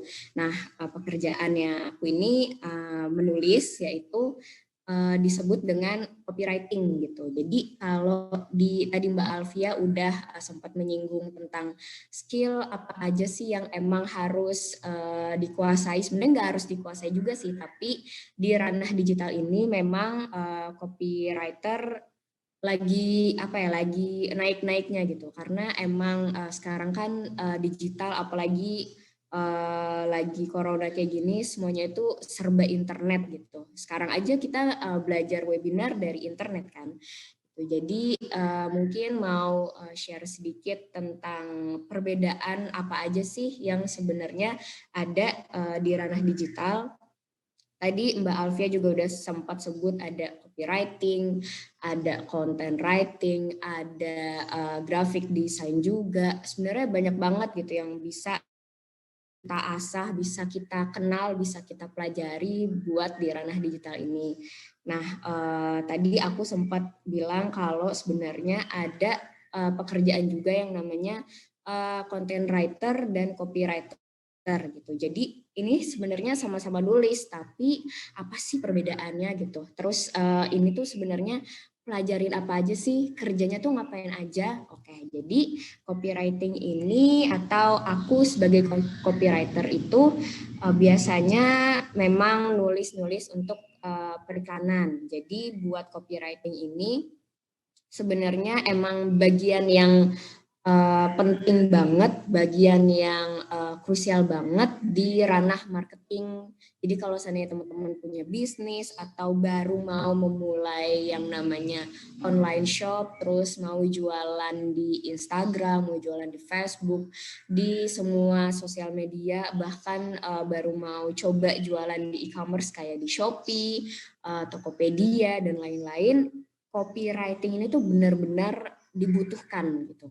Jadi sebenarnya memang kalau teman-teman suka ngeliat caption orang jualan itu bisa disebut copywriting. Terus kalau teman-teman lagi buka Shopee, nah ada penjelasannya tentang sebuah barang yang teman-teman butuhin, itu namanya juga copywriting. Jadi emang copywriting ini bagian yang emang dibutuhkan dalam ranah marketing communication. Jadi aku ini sebenarnya orang yang menjadi jembatan antara sebuah brand atau sebuah company kepada target atau calon pembeli gitu. Jadi aku ngomong nih melalui tulisan-tulisan aku yang disebut dengan copywriting. Nah, aku biasanya ngomong kayak gitu bukan kayak ngomong sekarang ya, tapi emang ada banyak caranya juga. Kayak misalnya ada storytelling, terus ada juga yang namanya dengan cara to the point atau bisa langsung ngedirect kasih calon pembelinya. Terus ada juga yang namanya soft selling. Jadi soft selling sama hard selling itu adalah dua cara. Kayak misalnya teman-teman suka ngelihat iklan-iklan sedih yang ada dari Thailand. Terus teman-teman tuh suka ngelihat, suka mikir kayak, wah ini bagus nih film pendeknya gitu kan. Terus sedih lah, terus ceritanya aneh-aneh gitu kan, ada yang lucu juga. Terus tiba-tiba di ujung videonya ternyata ada logo dari sebuah perusahaan, sebuah brand gitu. Terus ternyata teman-teman kayak mikir, ternyata bukan film pendek tapi iklan gitu. Nah, itu bisa disebut iklan yang soft selling. Jadi kita dibikin sebuah brand itu nggak secara langsung jualan, tapi dia bikin cerita dulu, terus dia ngebangun tentang sebuah citra dari sebuah perusahaannya juga. Nah, kalau hard selling ini jatuhnya lebih kalau teman-teman suka ngelihat e-commerce terus ada promo-promo, ada diskon yang ngasih tahu ada promo gede-gedean, ada diskon sampai 60%. Nah, itu disebut dengan hard selling karena dia keras banget jualannya, keras banget gitu promosiin brandnya. Nah, tadi aku udah sempat nyebutin kalau ada sebuah perbedaan tentang di ranah digital tentang copywriter dan content writer. Jadi meskipun kita sama-sama nulis, sama-sama beriklan, sama-sama jadi orang yang berbicara tentang penjualan terhadap sebuah brand, tapi kita punya perbedaan yang bisa dilihat secara signifikan gitu. Jadi bisa dilihat dari tujuan kita nulis, gaya kita nulis, terus juga media placement untuk tiap-tiap tulisan yang kita buat. Tugasnya aku sebagai copywriter itu emang nulis dengan sifat yang persuasif. Jadi emang aku nulisnya tuh komersial banget, jualan banget biar berhasil ngepromosiin sebuah brand, terus juga ngebuat si calon pembelinya itu ngerasa terlibat dalam misalnya sebuah campaign dari sebuah produk, terus ngelakuin aksi. Nah, aksinya di sini si calon pembeli itu bukan demo ya, kayak gue mau ngelakuin aksi nih, mau demo gitu, bukan. Tapi aksinya itu adalah melakukan action. Jadi misalnya si copywriter atau aku minta si calon pembeli untuk mengunjungi website dari sebuah brand. Nah, si calon pembelinya itu emang beneran ngikutin yang aku mau gitu. Dia datang ngeklik website dari sebuah brand gitu. Bahkan sampai misalnya aku minta si calon pembelinya untuk ngebeli sebuah brand, akhirnya si calon pembelinya benar-benar beli, terus dia misalnya bisa nge-review dari produk dari brandnya. Nah, kayak gitu. Jadi melakukan aksinya itu bukan yang demo ya, tapi melakukan aksinya kayak misalnya dia beli atau cuma sekedar mengunjungi website dari sebuah perusahaan.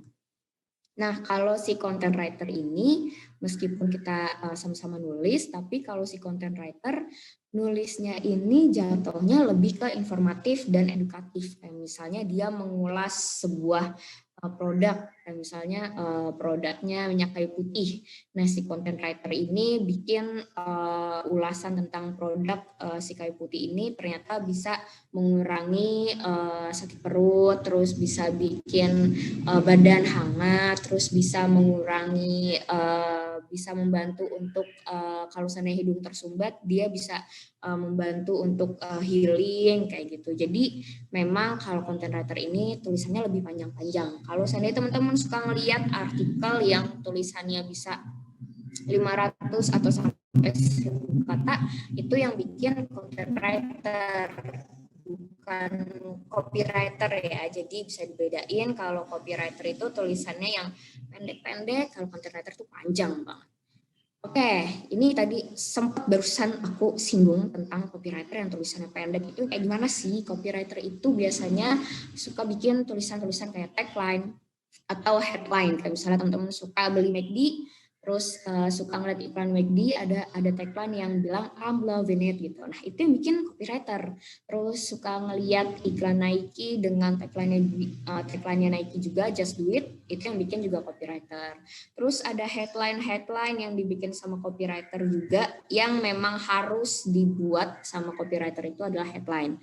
Jadi oke, nanti kita simpan dulu tentang headline, next selanjutnya dulu.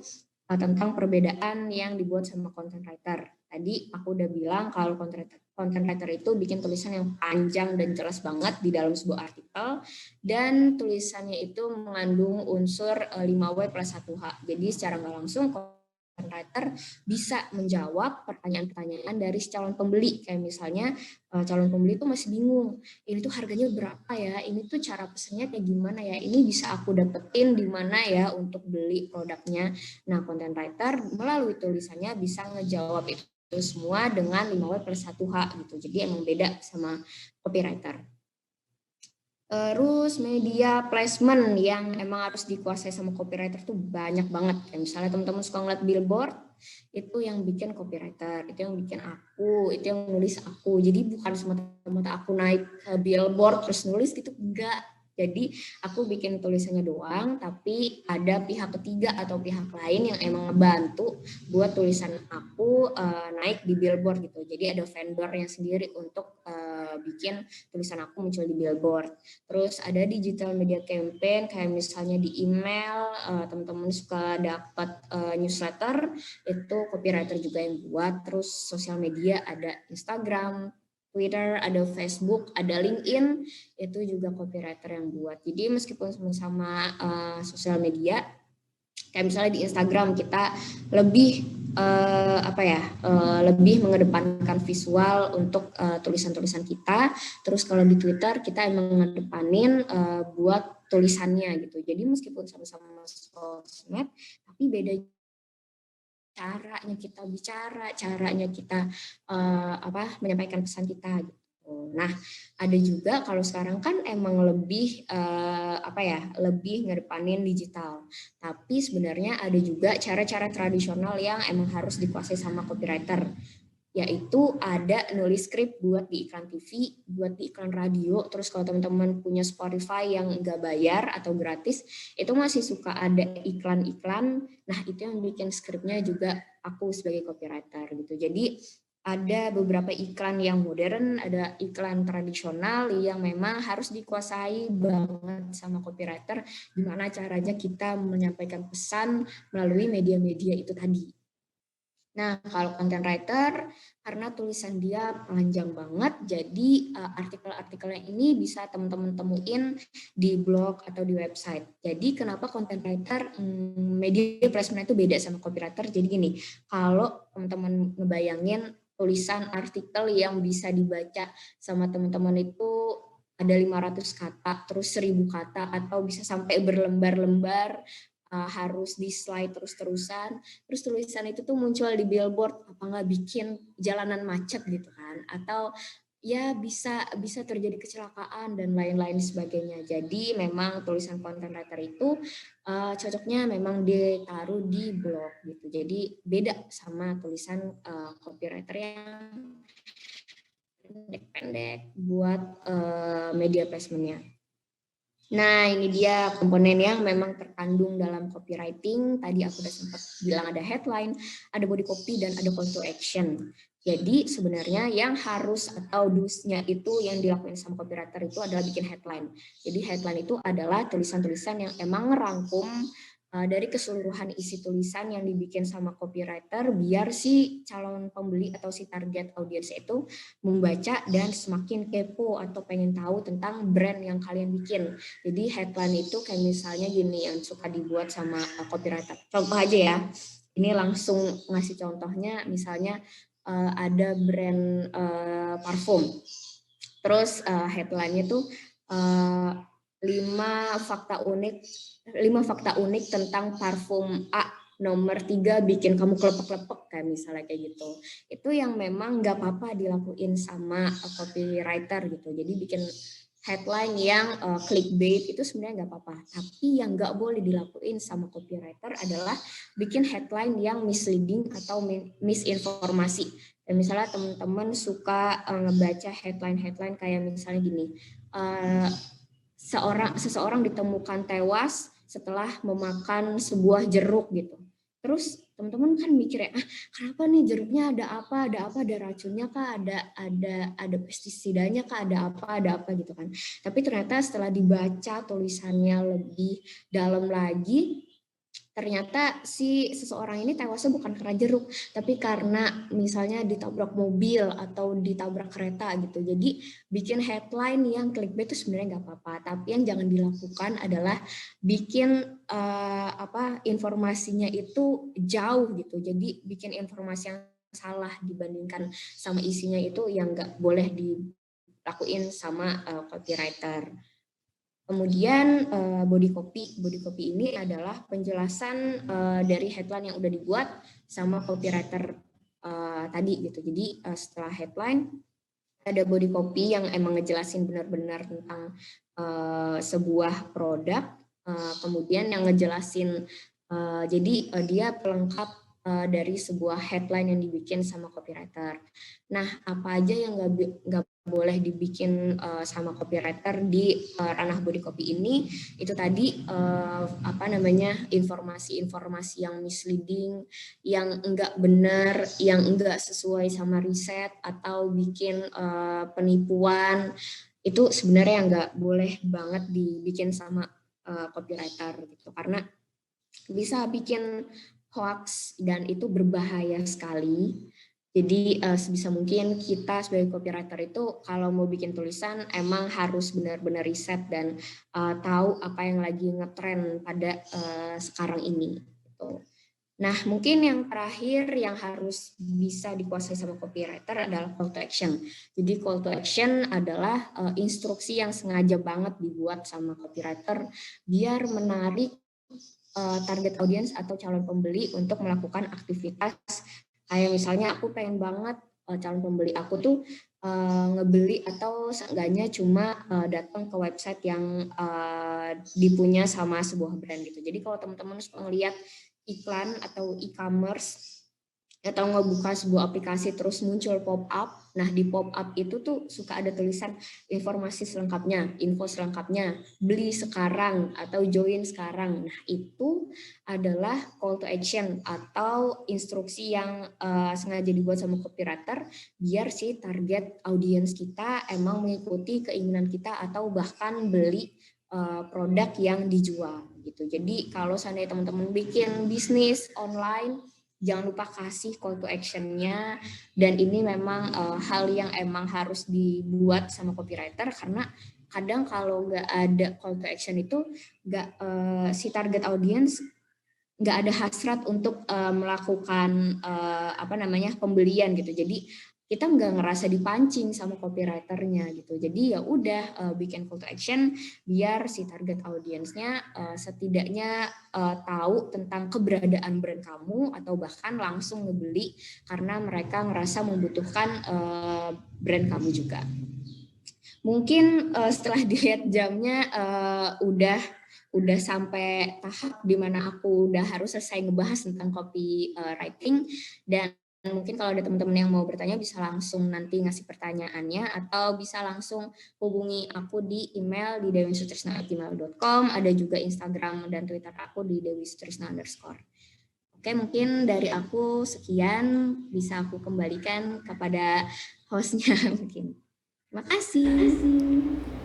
Ya baik, terima kasih banyak Mbak Dewi atas penyampaiannya. Semoga ketika Mbak Dewi menyampaikan materi-materi tentang apa yang harus dilakukan dan jangan dilakukan oleh copywriter, membuat banyak peserta juga sudah mulai tergugah untuk menjadi seorang copywriter atau paling tidak mulai riset atau juga mengulik hal-hal terkait dengan copywriter, karena memang banyak sekali potensi-potensi yang luar biasa muncul dari profesi sebagai copywriter. Namun yang harus diperhatikan juga bahwa membuat tulisan yang menarik itu memang harus, tapi harus benar juga gitu. Jangan sampai hoax atau menyebarkan tulisan-tulisan yang tidak benar. Dan yang paling penting untuk menjadi seorang copywriter adalah riset dan juga riset, terlebih lagi mengikuti perkembangan berita-berita atau mungkin tren-tren yang sedang terjadi, karena itu akan berpengaruh juga tentang gaya penulisan kita nantinya. Silakan Anda tulis pertanyaan Anda melalui chatroom. Saya masih buka kesempatan untuk Anda bisa menulis pertanyaan Anda di chatroom karena masih ada hadiah total nilai Rp1 juta untuk 10 partisipan yang beruntung. Dan saya ingin kita belajar kembali kali ini. Kita akan belajar mengenai rekam jejak digital di ranah pendidikan. Kalau biasanya kita mengenal rekam jejak digital hanya sebatas kolom komen, hanya sebatas kita berkomentar di akun milik orang lain atau ketika kita mengunggah sesuatu di akun sosial media kita. Namun yang harus dipahami bahwa ada juga rekam jejak digital yang harus kita perhatikan di ranah pendidikan. Seperti apa? Langsung saja kita perkenalan dengan Ibu Insinyur Yanti STMT, pengurus Asosiasi Tenaga Ahli Konstruksi di Indonesia. Selamat sore Ibu Yanti. Selamat sore Kak Rija. Selamat sore Ibu Yanti. Aduh, saya terharu sekali dipanggil Kak nih Ibu. Ibu, ini menarik sekali. Ketika kita berbicara mengenai rekam jejak digital, yang kadang-kadang yang muncul di benak kita adalah secara umum bagaimana kita bersosialisasi di dunia digital, bagaimana kita bersama dengan teman-teman kita di sosial media. Namun ini konteksnya lebih spesifik lagi di ranah pendidikan. Seperti apa kira-kira Ibu? Boleh langsung saja mungkin bisa saya berikan kesempatan 20 menit Ibu Yanti. Betul, jadi dengan adanya peralihan masa pandemi dari tatap muka ke online, itu banyak sekali, bukan banyak, 100% proses belajar mengajar kita beralih ke online ya. Ya, ini aja, perkenalkan saya Yanti, saya pengurus salah satu asosiasi tenaga ahli di Balikpapan. Assalamualaikum warahmatullahi wabarakatuh. Semoga kita dalam keadaan sehat selalu ya. Jadi untuk rekam jejak digital di ranah pendidikan ini, kita harus memperhatikan banyak hal. Karena apa? Karena yang kita lakukan itu akan terekam selamanya, selama tidak ada penghapusan dari diri kita ataupun dari pihak user ya. Jadi jejak digital ini semua informasi yang terkait ya dari diri kita itu muncul di internet, itu berupa foto, audio, video dan teks, tanda suka dan komentar yang kita posting. Ini termasuk juga ketika kita di dalam di sini ya, untuk rekam jejak digital itu berpengaruh terhadap apa saja. Itu pertama adalah di kehidupan pribadi. Ya, kehidupan pribadi kita, kemudian di karir, di keuangan, di manufacturing dan di pendidikan. Untuk kali ini saya ingin lebih spesifik di pendidikan. Karena apa? Pengguna saat ini yang mencapai 202,6 juta jiwa dari total 274 juta jiwa itu semua menggunakan digital ya, menggunakan internet. Jadi kalau dipresentasikan mencapai 73,7%. Di sini sumber saya dari PPI karena ada survei dari ABJI. Dari 73,7%, 40% itu di dunia pendidikan. Mengapa demikian? Karena yang tadinya sudah tatap muka ya, sekarang sudah diketahui beralih ke online. Nah, untuk di online ini di dunia pendidikan mulai dari pendaftaran, pembayaran, tes ujian, pengumuman, proses belajar mengajar itu sendiri, kemudian ID, itu semua direkam untuk direkam di digital, di internet. Jadi mengapa kita harus memprotek? Itu karena agar kita sendiri merasa nyaman ya, takut misalkan di pendaftaran sekolah. Itu kadang-kala nanti kita nih nggak terdaftar nih gitu kan. Maka itu password yang kita buat itu jangan sampai mudah diretas. Jadi kalau bisa password itu sesusah mungkin dibuat ya, dikombinasi dengan kombinasi angka dan abjad ya. Jadi biar nggak mudah. Tetapi juga harus diingat nanti lupa lagi ya. Kemudian di pembayaran pun kita semua juga menggunakan internet. Tes ujian pun demikian. Pengumuman hanya saja di kesehatan ya, di kesehatan. Jadi di kesehatan saja yang tidak menggunakan, karena kan tidak mungkin ya secara online kita periksa sehat, jadi di situ saja. Kemudian peran guru dalam belajar itu sangat berat, jadi harus ada yang namanya pendampingan oleh orang tua dan keluarga ya. Mengapa? Karena di rumah itu tidak bisa dikontrol oleh guru saja, begitu. Jadi kita sebagai kakak, sebagai orang yang agak tua dari adik-adik kita, ponakan, kita wajib untuk mendampingin ya di situ ya. Nah, pendampingan ini jangan sampai mereka membuka konten-konten yang negatif, konten-konten yang berdampak untuk mempengaruhi cara pandang, rohani, dan mental anak tersebut ya.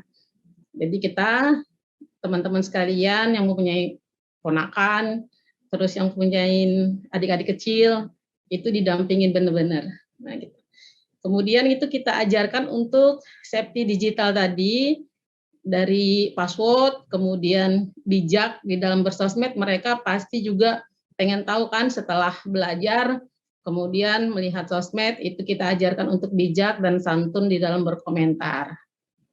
Kadang-kala komentar guru itu mereka karena mungkin di rumah ya, jadi tidak bertatap muka, kadang-kala komentar mereka juga seenaknya kepada guru gitu kan, dan guru nggak bisa menjewer lah ya, karena nggak bertatap muka. Kalau seandainya bertatap muka ya guru mungkin bisa lah memberikan arahan ataupun warning kepada anak tersebut gitu. Kemudian di sini apa yang harus kita ajarkan? Yang kita harus ajarkan yaitu kita harus smart ya, smart, alert, strong, can, dan talk. Apa itu smart? Kita harus pilah dan memilah itu informasi yang akan disebar. Apakah berdampak baik, apakah tidak baik bagi anak tersebut ya, karena anak itu rentan sekali dan daya tangkapnya itu sangat daya tangkapnya itu masih sangat kuat sekali. Jadi kita memberikan informasi itu yang benar-benar gitu kan. Jangan sampai juga kita menyebarkan informasi yang sensitif ya, seperti nomor telepon, password kita, alamat rumah. Itu kita ajarkan kepada anak, jangan sampai anak memberikan informasi tersebut kepada orang lain atau teman. Kemudian alert itu adalah jangan mudah percaya. Berikan ke anak pandangan bahwa berita-berita itu jangan mudah dipercaya. Kadang-kala karena banyak follower, banyak like, akhirnya oh ini berita benar, walaupun followernya banyak, like-nya banyak, belum tentu berita itu benar, seperti itu. Juga jauhi phishing ya. Phishing itu dia mengklik link sembarangan. Kenapa? Karena link itu kadang adalah link yang negatif yang untuk cloning akun kita. Nah, ini yang banyak yang terjadi. Bapak-bapak yang sudah ahlinya pun kadang-kala kan mengklik karena yang mengirim adalah teman, padahal itu adalah mengkloning daripada akun entah itu WA ataupun Facebook, dan itu nanti banyak mereka meminta sumbangan, meminta transfer, meminta pulsa dan sebagainya, dan itu anak harus kita berikan pandangan jangan sampai mudah mengklik ya. Dan itu strong, makanya yang tadi saya singgung adalah password yang bagus, yang kuat agar tidak diretas maupun diingat orang lain. Jadi hanya kita saja mengingat dan jangan sampai password itu. Dan juga sekarang ini ya password itu harus diganti-ganti tuh, seperti passwordnya untuk kayak ATM sekarang kan ganti-ganti juga, dan itu fungsinya untuk supaya agar tidak mudah di cloning sama orang lain. Dan semoga anak-anak kita juga mampu untuk tidak memberikan passwordnya kepada orang lain. Kemudian ada kain itu adalah meninggalkan jejak yang positif ya. Jejak positif itu jangan mudah terpancing dengan berita yang negatif dan ikut menyebarkannya. Yang seperti saya bilang tadi, ketika ada konten yang sangat menarik, padahal itu belum tentu kebenarannya, kemudian ikut menyebarkannya. Anak-anak tersebut, mereka ini sering ngumpul di depan-depan rumah biasanya membicarakan konten-konten yang baru-baru, padahal itu belum tentu kebenarannya. Dan itu tugas kita, tugas kakak-kakak sekalian untuk memberikan masukan, jangan sampai mereka malah yang penting dapat follower, terus si anak-anak tadi kita biarkan saja seperti itu. Jadi kita harus memberikan mereka pendidikan seperti itu. Kemudian untuk talknya itu jangan tergesa-gesa untuk men-share atau menyebarkan, itu biasanya berantai. Maksudnya dapat kita share-sharean, kemudian lantas langsung di-share kembali, entah itu berhubungan dengan SARA, berhubungan dengan phishing, dengan body shaming dan sebagainya. Kadang-kala itu malah justru akan merugikan diri kita sendiri, karena kita yang menyebarkan, kita pun akan kena. Jadi tanamkan kepada anak, jangan sampai juga kita langsung menyebarkan berita yang berantai tersebut. Karena walaupun bukan dari kita akan mendapatkan juga tindak pidana daripada orang-orang yang kita sebar, seperti itu. Kemudian ya, terima kasih Kak Reja, mungkin untuk di situ saja penjelasan saya tentang rekam jejak di ranah pendidikan. Terima kasih Kak Reja. Assalamualaikum warahmatullahi wabarakatuh. Waalaikumsalam warahmatullahi wabarakatuh. Terima kasih banyak Ibu Yanti terkait dengan pemaparannya. Semoga para peserta juga bisa memahami untuk bisa meninggalkan jejak-jejak untuk sesuatu yang memang positif, dalam arti yang dapat menunjang pendidikan dari kita semua. Mungkin daripada share sesuatu yang hoax atau asal viral namun mempunyai dampak yang negatif, tidak ada salahnya kita bisa share sesuatu yang positif, mungkin share mengenai jurnal-jurnal penelitian, atau mungkin share mengenai fakta-fakta terkait dengan mata pelajaran yang sedang kita hadapi bersama-sama, untuk bisa sharing bersama dengan teman-teman yang lain dalam hal yang positif tentunya, yang dapat menunjang pendidikannya. Silakan untuk Anda bisa menuliskan pertanyaan Anda di chatroom, karena saya saat lagi akan langsung masuk ke sesi tanya jawab. Ini berhubung saya sudah mendapatkan pertanyaan dari pertanyaan yang ditujukan untuk Ibu Yanti. Mungkin saya langsung saja, karena ini ada pertanyaan yang datangnya dari Fuadah Anadira untuk Ibu Yanti nih, Bu. Bagaimana cara guru atau dosen menegur anak yang kedapatan melakukan bullying, hate comment, atau hal-hal negatif di sosial media? Kalau dari Ibu Yanti mungkin boleh ditanggapi, silakan Ibu. Terima kasih atas pertanyaannya. Jadi ketika kita mendapati anak-anak seperti itu, kita jangan memarahinya dulu, terus jangan juga HP langsung kita simpan, itu artinya malah memutus ilmu daripada digital tersebut. Jadi yang penting yang harus kita lakukan adalah pertama memberikan pandangan. Bullying itu tidak baik, karena apa? Bagi kita kan tidak melihat, orang lain yang akan melihat, itu orang lain seluruh dunia akan melihat. Kalau tidak percaya, kita akan contohkan yang sudah membullying,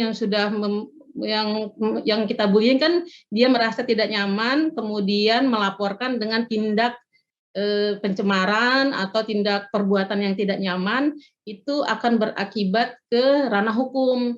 Kita harus menanamkan juga kepada anak agar anak mengerti bahwa sekarang walaupun tidak kelihatan, seakan-akan mereka hanya hidup sendiri saja, tetapi share-sharean mereka itu, bullyingan mereka itu dilihat oleh orang banyak, dan akan ada salah satu nanti yang akan melaporkan. Seperti itu Kak Reja. Terima kasih atas pertanyaannya. Jadi menegurnya bukan dengan emosi, namun dengan menjelaskan sebab akibatnya, kurang lebih seperti itu ya Ibu?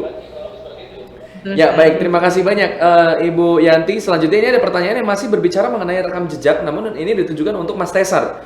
Dari Fahri Ashraf, ini pertanyaannya kurang lebih, bagaimana cara memberi support atau membantu orang yang terlanjur trauma akibat banyaknya hate comment yang dia terima, agar tidak ada lagi Suri dan juga Chester Bennington yang selanjutnya. Ini mungkin untuk yang belum tahu bahwa dua nama tadi merupakan salah satu atau beberapa public figure yang memang harus mengakhiri hidupnya karena memang menerima begitu banyak komen-komen negatif. Kalau Mas Tesar, bagaimana Mas Tesar? Jangan overthinking sih kalau saya. Maksudnya kan semua itu terjadi karena overthinking kan, karena anggapan, karena persepsi, karena preferensi. Jadi menurut saya kalau buat teman-teman menghindari resiko-resiko untuk head comment tersebut, menurut saya yang pertama yang dilakukan adalah mengurangi screen time. Paling gampang mengurangi screen time. Terus gimana kalau mereka sudah terlanjur sudah traumatik terhadap head comment tersebut, ya ditutup sosial medianya. Nggak semua, maksudnya ya kan kita kalau tidak pakai sosial media ya masih nggak apa-apa kan gitu, masih bisa hidup, masih bisa kerja, masih bisa berkarya gitu. Kecuali emang kerjaannya di bidang itu. Tapi poinnya yang pertama kurangi screen time, yang kedua ya stop dulu bermain sosial medianya, dan yang ketiga sih yang seperti di slide saya tadi, cari hobi baru kayaknya, olahraga. Oke, baik, mungkin kalau kita sebagai teman mungkin kita membantu untuk mencarikan banyak aktivitas fisik yang lain ya, untuk mengalihkan perhatian agar tidak terfokus ke hate speech yang mengarah ke dia, kurang lebih seperti itu ya Mas Tesar? Betul. Ya, betul. Oke. Siap, thank you Mas Tesar, terima kasih banyak. Ini ada pertanyaan selanjutnya yang ditujukan untuk Ibu Alfia. Ini pertanyaannya datangnya dari Rizky Fazila. bagaimana sebagai generasi yang lebih tua mengimbangi generasi milenial agar bisa memberikan pendidikan yang tepat? Silakan, Ibu Alfia. Ya, terima kasih atas pertanyaannya, bagus sekali bagaimana generasi yang tua bisa mengimbangi generasi milenial ini ya. Ya, saya rasa sebagai generasi X yang terlahir, yang merasa terlahir sebelum generasi milenial, yang perlu dilakukan adalah kita mengimbangi para generasi milenial ini ya. Generasi milenial ini kan suka bermain media sosial ya, kita mau tidak mau dipaksa juga harus cakap bermedia sosial, tapi kita juga harus punya kontrol terhadap para generasi milenial ini. Jadi memang kita juga harus merubah pola lama ya, atau paradigma lama bahwa it's okay bermedia sosial, menggunakan teknologi, tapi ya tetap itu ada controlling di diri kita terhadap generasi milenial, dan kita bisa akhirnya beradaptasi dengan para milenial ini. Ya, terbuka saja, terbuka, adaptif terhadap perubahan yang terjadi. Seperti itu, Kak Reza. Berarti kuncinya adalah diadaptasi. Kurang lebih seperti itu ya, Ibu. Oke, terima kasih banyak Ibu Alfia. Untuk selanjutnya ini ada pertanyaan terakhir yang ditujukan untuk Mbak Dewi sepertinya. Dari Ida Pujastuti. Apakah copywriter dan content writer hanya dapat digunakan dalam hal bisnis saja? Keamanan hak cipta tulisan copywriter dan content writer milik kita. Silakan mungkin Mbak Dewi ditanggapi. Oke, sebenarnya copywriter dan content writer itu bukan cuma bisa di bisnis aja ya, tapi juga bisa untuk personal atau pribadi. Kayak misalnya teman-teman suka nulis artikel sendiri buat di blog, nah itu nggak apa-apa banget buat nanti bisa dikumpulin jadi portofolio gitu kan. Terus atau aku copywriter suka nulis caption sambil nyeritain foto di Instagram, atau aku suka nulis-nulis cerita di Twitter. Nah itu bisa juga dijadiin penjelasan sebagai copywriting juga, tapi di dalam ranah pribadi gitu. Kayak misalnya aku juga nge-review skincare atau ngasih tahu tips and trick tentang fashion. Nah itu bisa juga disebut dengan copywriting, tapi enggak di ranah bisnis, tapi di ranah aku sendiri atau personal. Jadi jatuhnya ke blog personal gitu. Oke, baik. Terima kasih banyak. Ini sebenarnya masih ada satu pertanyaan lagi, sebenarnya masih belum terjawab terkait bagaimana keamanan hak cipta tulisan copywriter dan content writer milik kita, Mbak Dewi. Oke, sebenarnya kalau jatuhnya tentang copyright itu, kalau udah masuk ke dalam sebuah brand itu mungkin sudah bisa dilindungi dari dari tempat dari brand itu sendiri ya. Tapi yang lebih masalah itu kalau seandainya kita nulis tentang sebuah review atau penulisan pribadi dan kita nggak punya license atau nggak punya lisensi, itu yang lebih terancam gitu. Jadi memang kalau tulisan pribadi itu lebih bisa punya peluang besar untuk di copy paste sama orang gitu. Tapi kalau untuk keranah brand atau sebuah bisnis itu jatuhnya bisa lebih dilindungi kalau seandainya kita mendaftarkan sebuah tulisan kita untuk masuk ke dalam copyright gitu sih. Oke, baik. Ini mungkin kalau boleh saya tambahkan, barangkali apabila tulisan-tulisan kita memang hanya kita buat untuk kebutuhan konten saja, maka bisa dibilang tulisan kita pun bisa dipergunakan untuk umum, asal mungkin hanya tinggal kita melakukan konfirmasi untuk menegur atau mengingatkan untuk menggunakan kredit nama kita apabila tulisan kita dicaplok gitu atau digunakan oleh orang lain. Namun kalau sudah mengarah ke bisnis ataupun karya seperti misalnya dengan sebuah brand ataupun buku, mungkin itu baru tulisan kita memiliki perlindungan, kurang lebih seperti itu ya Mbak Dewi. Ya. Oke, terima kasih banyak Mbak Dewi, juga terima kasih juga untuk seluruh narasumber yang sudah meluangkan waktunya untuk hadir menyampaikan materi yang luar biasa sekaligus menjawab pertanyaan-pertanyaan luar biasa, dan semoga dengan materi-materi juga pertanyaan-pertanyaan yang sudah disajikan membuat kita lebih bijak lagi dalam bagaimana kita seharusnya memanfaatkan sosial media ataupun memanfaatkan digitalisasi saat ini untuk perkembangan kemampuan kita dan juga perkembangan mental dan juga emosi kita, agar kita bijak lagi dalam memanfaatkan sosial media ataupun juga dunia digital. Dan selanjutnya saya sudah mendapatkan nama calon pemenang yang beruntung untuk mendapatkan hadiah total senilai 1 juta rupiah. Namun masih belum 100% pemenang karena masih harus direview kembali oleh panitia untuk memastikan bahwa nama-nama tersebut belum pernah mendapatkan hadiah sebelumnya. Yang pertama ada Fahri Ashraf, ada Rizky Fazila, ada Ida Pujiastuti, ada Fuadah Anadira, ada Safira Naomi, ada Habibah Az-Zahra Agianda, ada Rahmat Doni, ada juga Arif Afianto, ada Talia Laksmiwati, dan yang terakhir ada Carla Melani. Untuk nama-nama yang sudah saya sebutkan, mohon ditunggu waktunya untuk kita bisa mereview kembali. Dan untuk Anda yang mungkin belum disebutkan, Anda masih punya kesempatan yang sama untuk tetap mendapatkan hadiah total senilai 1 juta rupiah dengan mengunggah keikutsertaan Anda pada webinar hari ini melalui Instagram feeds Anda. Ketentuan lengkapnya langsung saja cek ke chatroom, karena nanti apabila dari 10 nama yang sudah saya sebutkan, barangkali ada 1 atau 2 nama yang ternyata sudah pernah mendapatkan hadiah sebelumnya, maka akan dialihkan ke peserta-peserta yang lain. Jadi Anda masih punya kesempatan yang sama besarnya. Sebelum saya tutup acara webinar pada sore hari ini begitu luar biasa sekali dan juga penuh manfaat, saya ingin mengajak Anda untuk bisa berfoto bersama dengan rekan-rekan narasumber. Jadi silakan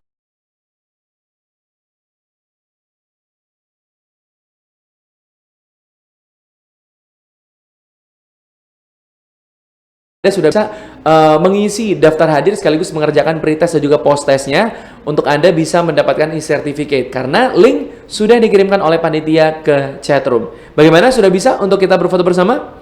Sudah? Hitungan ketiga, berikan pose Anda. Silakan nyalakan kamera video Anda, jangan ragu-ragu. Sudah bisa? Oke, masih belum bisa? Silakan nyalakan kamera video Anda, kita berfoto bersama dengan rekan-rekan narasumber. Jangan malu-malu, jangan takut. Mungkin Anda justru dari berfoto bersama ini Anda bisa screen capture lalu Anda unggah ke Instagram Anda. Siapa tahu mungkin nama Anda beruntung untuk mendapatkan hadiah total senilai 1 juta rupiah. Cukup? Oke, kita berfoto bersama kalau begitu. Hitungan ketiga dari saya. 1, 2, 3. Oke, ada lagi? Cukup? Oke, siap. Terima kasih banyak untuk Anda yang sudah mengikuti acara mulai dari awal sampai dengan saat ini. Ucapan terima kasih juga saya ingin ucapkan kepada seluruh rekan-rekan narasumber yang sudah berpartisipasi. Dan yang pasti saya ingin mengajak Anda untuk mengunduh aplikasi Siberkreasi melalui Play Store ataupun App Store agar Anda bisa mendapat berbagai layanan digital secara gratis melalui smartphone atau gadget Anda. Jangan lupa juga untuk selalu menjaga kesehatan, ikuti protokol kesehatan dianjurkan, dan jangan lupa laksanakan vaksinasi untuk Anda yang belum melaksanakan vaksinasi, untuk kita bersama mencegah dan juga menanggulangi penyebaran virus COVID-19 agar Indonesia pulih kembali. Saya Reza Rahman pamit undur diri. Selamat sore. Wassalamualaikum warahmatullahi wabarakatuh.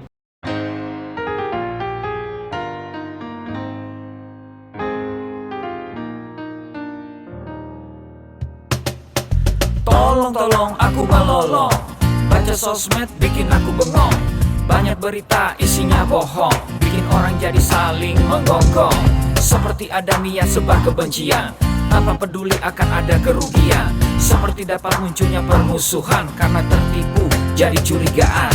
Gue pernah baca hoax di sosmed yang jadi merugikan tukang trompet.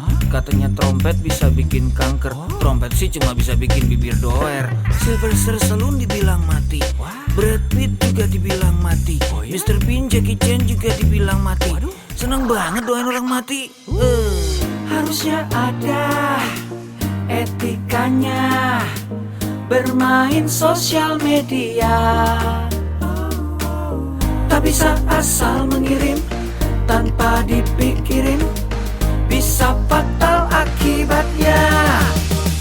Bersihkanlah udara kita dari kebencian, sebarkan saja cintamu untuk Indonesia. Wahai kepada pengguna sosmed, mari bersatu sampai lengket. Jagalah persatuan, jangan lobet. Hati-hati banyak tukang copet. Hey, jangan sampai salah posting, bisa bikin orang jadi pusing. Cek dulu itu penting, jangan jadi cepat terpancing. Gue pernah takut salah minum karena bahaya buat tulang sumsum. Hampir semua merek disebutkan. Gara-gara itu gua kehausan. Gue tertipu isu PKI. Katanya jutaan sudah dipersenjatai. Akibatnya gua keluar biaya bikin persembunyian bawah tanah. Harusnya ada etikanya bermain sosial media. Tak bisa asal mengirim tanpa dipikirin, bisa fatal akibatnya. Bersihkanlah udara kita dari kebencian. Sebarkan saja cintamu untuk Indonesia. Bersihkanlah udara kita dari kebencian. Sebarkan saja cintamu untuk Indonesia. Bersihkanlah udara kita dari kebencian. Sebarkan saja cintamu untuk Indonesia.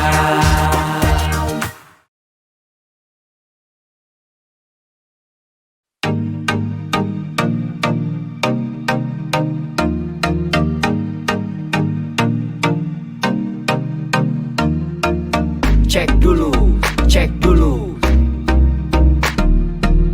Cek dulu, cek dulu. Yo, kini saatnya kita harus tambah pintar. Jangan jadi orang yang mudah sebar-sebar, karena belum tentu itu berita benar. Kalau nggak ngerti, ayo belajar. Mulailah curiga jika sudah suruh-suruh. Sebarkanlah, hey, tunggu dulu. Periksalah kalimat, kok banyak tanda seru. Banyak huruf besar, mata gue jadi ngilu. Coba dicari beritanya dulu. Mendingan begitu daripada keliru. Apa untungnya sebar kabar palsu, daripada nanti kamu yang malu. Cek dulu, daripada nanti kamu yang malu. Cek dulu, siapa tahu hoax. Yuk. Hello.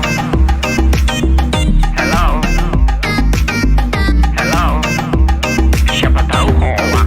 Yuk. Hello.